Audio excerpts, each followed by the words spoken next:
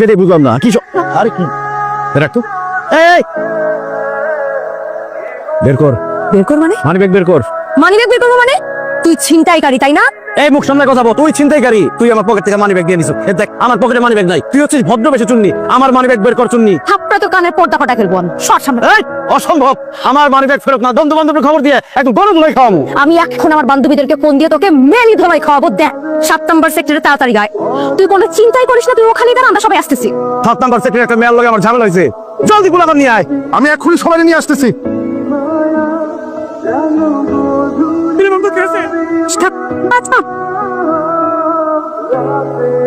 এবার তোর কি হবে চুন্নি? I'm sorry না না, তুই কানে ধরে আমার কাছে মাপ চাবি, তারপর তোর আমি মাপ করবো। প্লিজ আমাকে মাফ করে দেন প্লিজ। ভেরি গুড, এবার আমার মানিব্যাগ ফেরত দে। এ মেয়ে তোর মানিব্যাগ দিবে কোত্থেকে? তোর মানিব্যাগ তো আমার কাছে। তো সার্ভিস দেওয়ার সময় তোর পকেট থেকে মানিব্যাগটা পড়ে গেছিল। ধর, এই তো তোর মানিব্যাগ। এই তো আমার মানিব্যাগ।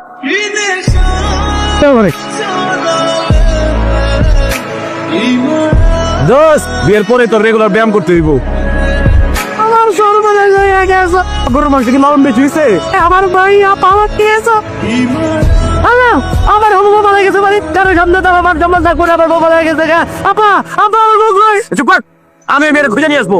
চল ওই মেয়ের খুঁজে নিয়ে আসি। আপা আমার বউকে দেখা। ওই খারাপ আপাটা করছে। আমার মায়ের লাগে তোর বিয়ে হয়েছে। বিয়ে হয়েছে তারপর আমার বউ অনেক চুপচাপ কর। কাকা ভাঙ কি বন্ধু? চুপচাপ হয়ে যাবে। এই এই খারাপ এলাম। ও তাহলে এই তুমি সেই তুমি। এই কাজটা কিন্তু একদম ঠিক করতেছো না তুমি। চলো আমার সাথে চলো। তোর সাথে যাবো মানে? তুমি কই যাবো? বিয়ের আসরে। আমি তোর সাথে বিয়ের আসতে যাবো কেন? বিয়ে করতে? তোর মতো একটা অসভ্য লঙ্কট বিয়াদবকে আমি জীবনে বিয়ে করবো না। এই আমার বন্ধু তোরে বিয়ে করবে সেই জন্য নিয়ে যেতেছি। আমি জীবনে তোর বন্ধুকে বিয়ে করবো না। এই জন্য বিয়ের আসর থেকে রিক্সা করে পালাইতেছস? আমার তো এখন বিয়ে ঠিক হয়নি। এত কথা বলার দরকার নাই, চল ধরো রে। ভাই খবরদার, মানুষ জড়ো করে তোদেরকে গণে পিঠে খাওয়াবো বললাম। গোলাম করে চিন্তাকারী মনে করা ইচ্ছা মতো গণ তুলে দিতে পারে। তাহলে কোনো উপায়? উপায় একটা আছে, হাত মুখ বাইন্ধে লই যে কোনো আওয়াজই করতে পারবো না। এই বান, এই হাত বান। স্যার আপনি আমার বান্ধবীকে বাঁচান।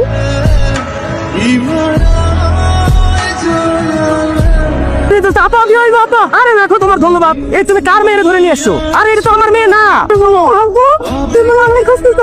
এই হারাম দিদি তুই কই গেছিলি? তুমি গেছিলাম পুরো বাড়ি খুঁজে আমি তোরা পাই নাই।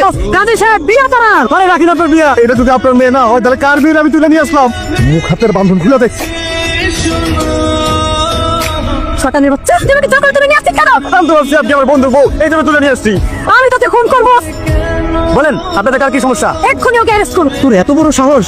এটা একটা ভুল বুঝাবুঝি। একটু পুলিশ ভাইকে বুঝাই বলেন না। এখন আমি আপু হয়ে গেছি। প্রেমের প্রস্তাব দিয়েছিল, আমি ওর প্রেমের প্রস্তাবে রাজি হইনি, সেজন্য সে আমাকে কিডন্যাপ করে নিয়ে আসছে। কি আল্লাহ, এসব আপনি কি বলতেছেন আপু? চল হ্যাঁ চল। মেয়ে মানুষ চল হাইট চল। আপু বিয়ে হাইট আছে স্যার তোর। রোহন, রোহন প্লিজ দরজা খোলো। কি সমস্যা রোহন? পান করো, নষ্ট মেয়ের সাথে কথা বলবো। নষ্টমী কাকে বলছো রোহন? তোমাকে নষ্ট মেয়ে বলছি। কালকে একটা মাস্তান তোমাকে তুলে নিয়ে গেছি, সে তোমার সর্বনাশ করছে। সে ভাবছে আমি তার বন্ধুর হবু বউ। পুলিশ এসে বেচারাকে ধরে নিয়ে গেছে। কি বললা? আমি তোমার সাথে আর কোনো সম্পর্ক রাখবো। তুমি এখান থেকে যাও, আর কোনদিন তুমি আমার সামনে আসবা না। রোহন ও মেয়ে যা বলছে স্যার সবই মিথ্যা কথা, সব বানোয়াট কথা। আমার বন্ধু কিডন্যাপ করে ওদের পলাই না। আপনি দেন কথা না শুনতে আরো কত ভালো সেল করে দেন। আরে পাঁচটা সেই মেয়ে এসে অভিযোগ না তোলা পর্যন্ত আমরা কিছুই করতে পারবো না। ধন্যবাদ আপু। স্যার এবার খুলে দেন।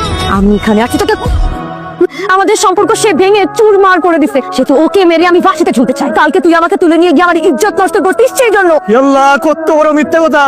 একটা মেয়ে কি কখনো তার ইজ্জত নিয়ে মিথ্যা কথা বলতে পারে? স্যার আমার কোনোদিন বিয়ে হবে না স্যার। তোর বিয়ে হবে? আমি তোর বিয়ে করবো। বিয়ে করবি? আয় বিয়ে করো আমারে। তোর মতো গুন্ডাকে আমি জীবনেও বিয়ে করবো না। আমি তো ফাঁসি চাই। নারীর ইজ্জত নিয়ে সিনেমিনি খেলিস না। আপনি এসে শুধু ওর নামে একটা লিখিত অভিযোগ দিয়ে দেন। তার একবার জেল থেকে বাইর হইলে তোর খবর আছে। আঙ্কেল কি বলতে যাও? বলতে থাকো, আমার কান খোলা আছে। রাস্ত ছেলে। কোন রাজ? আঙ্কেল আপনার ছেলেরা? রাজ নামে আমার কোনো ছেলে আছে বলে জানা নাই। তাহলে সে কে? কার ছেলে? সেটা তার মাকে গিয়ে জিজ্ঞেস করো। রাগ অভিমান ছেড়ে আপনি আপনার ছেলেকে জেল থেকে সরাই নিয়ে আসেন। রাজে আপনাকে এত ভালোবাসে আমি জানতাম না। রাজ আব্বাগো করে কামতেছে। এই এইসব চাপাবাজি বন্ধ করো। আমি এখন নাস্তা খাবো, তোমরা যাও। আপনি এত নিষ্ঠুর? হ্যাঁ আমি নিষ্ঠুর। সে আমার কোনো কথা শুনে না। দরকার ভাই আমি আরেকটা বিয়ে করে আমি আরেকটা ছেলে পয়দা করবো। আপনি রাজকে ছাড়াই নিয়েছেন, না হলে? না হলে কি? আঙ্কেল আমি যাবো না। এইটা ঠিক আছে, আমার বান্ধবীর মেয়েকে সে যদি তাকে বিয়ে করতে রাজি হয় তাকে ছাড়াই আনার ব্যবস্থা করবো। যাও গিয়ে বলো। মোদের গন্ধ আর মজার কাপড়ে আমি শেষ। আব্বা শুনি সারা জীবন তোর বাপের কোনো কথা তুই শুনছ না। ঠিক বলছিস। এই কাজ করতেছি, পরে কোনোদিন আব্বার কথাটা অবাধ্য হবে না যতদিন পয়সা থাকবো। শোন, তোর আব্বা একটা শর্ত দিচ্ছে, তোমার বাবার পছন্দের একটা মেয়ে আছে, তুই যদি সেই মেয়ের বিয়ে করস তাহলে তোর বাবা এসে তোর এখান থেকে ছাড়াই নিয়ে যায়। অসম্ভব, আমি কোনো মেয়ের বিয়ে করবো না। এই শান্ত, চল চল। না না না না না, সারা জীবন জেনে বুঝে মনে হচ্ছে বিয়ে করে সংসার করে ভালো, আমি বিয়ে করতে রাজি। আব্বা, তোর চেহারা শুন ভালো তো? তোর চেহারা শুন ভালো, তোমার চেহারা ভালো না তাই আমার চেহারা ভালো না। চুপ করে বসে থাক। এ কি, আসলে উনি দেখতে খুব সুন্দর তো, সেই জন্য হাত পিছলে পড়ে গেছে। জীবনে এই প্রথম শুনলাম। বসো মা, বসো। আয়, তুই দাঁড়ায় আছিস কেন? চোখের সামনে এত সুন্দর একটা পরী দেখছি তো। আমার মেয়ে পড়ি, এইটাও আমি জীবনে প্রথম শুনলাম। এই হচ্ছে আমার ছেলে, কোনোদিন আমার একটা কোনো কথা শুনে নাই। পাঁচটা প্রাইভেট টিউটর রাইকা তাকে আমি ম্যাট্রিক পাস করাতে পারিনি। মা, ছেলের বাবা ছেলের সম্পর্কে কি বলছিস তুমি শুনতেছো? চুপ কর। আর তুই যাতে মেয়ে মানুষ হয়ে প্রত্যেকদিন মারামারি করিস, যে পরিমাণ ঝগড়া করতে পারে, যে ছেলের সাথে এই বিয়ে হবে। হায় হায় আব্বা, বিয়ে করলে তো আমার পকেট মাথা দুইটাই খালি হয়ে যাবে। তুই কি ভালো? হ্যাঁ, এই মেয়েকেই তোর বিয়া করতেই হবে। বিয়ের দিন তারিখ ঠিক কর। আব্বা চল, যত তাড়াতাড়ি সম্ভব বিয়েটা দিয়ে দিতে হবে।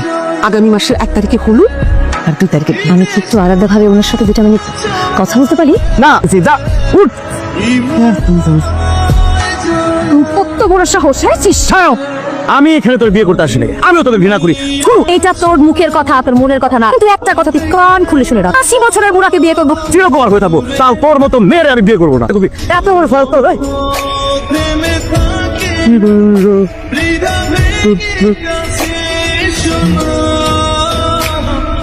এই বিয়ে আজকে এই কাপড়ে হইতে হবে।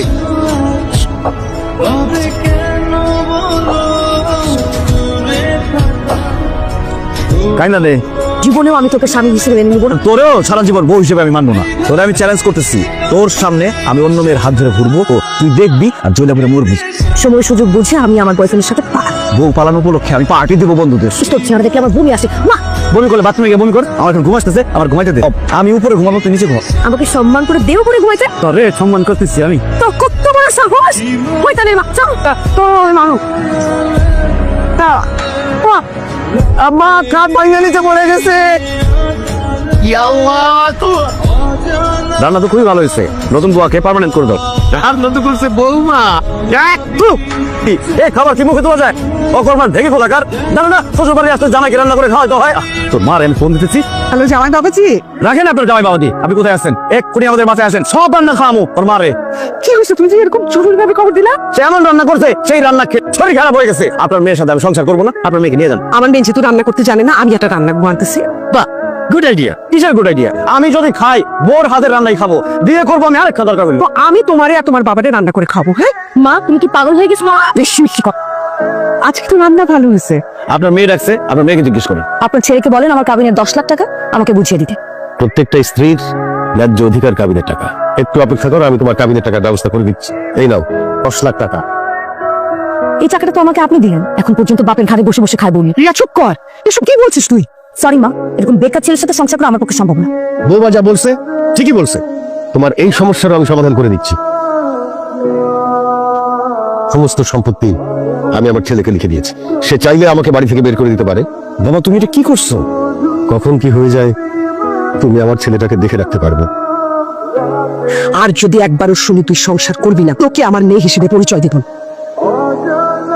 প্রিয়া, আমি আপনাকে সরি বলতে এসেছি। কারণটা কি? দেখেন, বিয়ের আগে যা হবার হয়ে গেছে, এখন তো আমরা হাজব্যান্ড ওয়াইফ। আপনার সাথে এত বাজে বিহেভ করে আমার ঠিক হয়নি। হঠাৎ করে এত বদলে গেলেন কেন? আসলে আপনার সাথে আমি সংসার করতে চাই।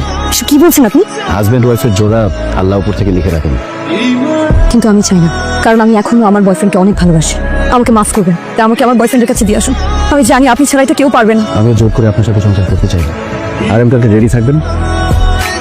রোহন ভাই, আপনার ভালোবাসার মানুষকে আপনার হাতে তুলে দিলাম। রিয়াকে সারা জীবন সুখে রাখবেন। ভালো থেকো।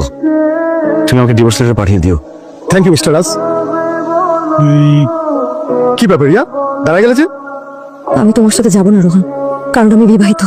এতগুলা মানুষের মনে কষ্ট দিয়ে আমি তোমার সাথে সুখে থাকতে পারবো না রোহন।